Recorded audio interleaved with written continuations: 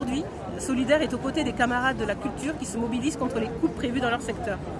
Demain, si l'extrême droite passe au pouvoir, cela nous fait craindre des coupes encore plus drastiques et une culture qui sera au service de la propagande de l'extrême droite, donc une propagande raciste, fasciste, sexiste, LGBTQI-phobe.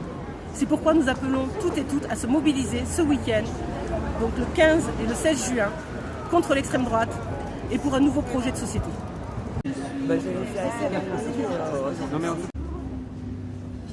Je suis Julie Ferrua, co-déléguée générale de Syndicale Solidaire. Et aujourd'hui, l'Union syndicale solidaire est venue apporter tout son soutien au secteur de la culture. Le résultat des élections européennes, avec une extrême droite à 40%, a confirmé une situation terrible en France. Ce score rend compte de la normalisation des expressions d'extrême droite dans la société. Elles sont devenues des opinions banales, comme les autres, y compris dans les secteurs culturels, comme le montre l'existence de parcs comme celui du Puy du Fou, qui a été créé par Philippe de Villiers, figure historique de l'extrême droite, et qui réécrit l'histoire de la France dans ses spectacles. Ou encore comme l'arrivée de chartes d'engagement républicains, auxquelles doivent se soumettre les structures culturelles pour les demandes de subventions dans de nombreuses régions. Ou encore l'annulation de spectacles de drag queens et de drag king partout en France. Les résultats de l'extrême droite ont été rendus possibles par les politiques antisociales du gouvernement Macron. Nous sommes toujours en colère du recul de l'âge de départ à la retraite à 64 ans. Nous sommes en colère des coupes budgétaires dans nos services publics ou encore des réformes de l'assurance chômage. L'annonce ce lundi 10 juin du maintien par décret de la dernière réforme de l'assurance chômage est un énième signe que Macron cherche à punir les chômeurs et les habitants de ce pays. Syndicalistes, nous le savons, l'extrême droite est l'ennemi des travailleurs et des travailleuses.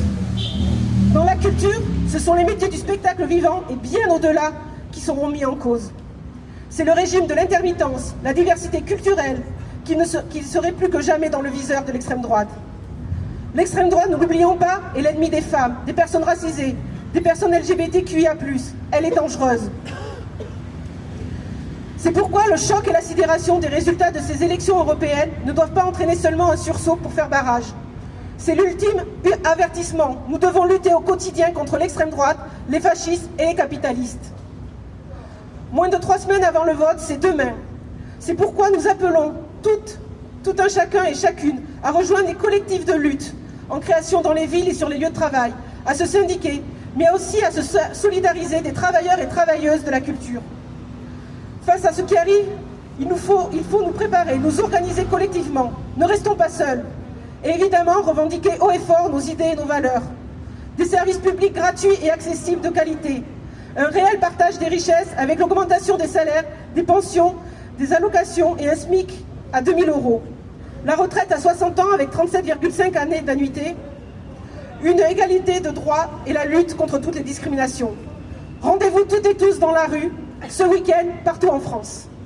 Bravo.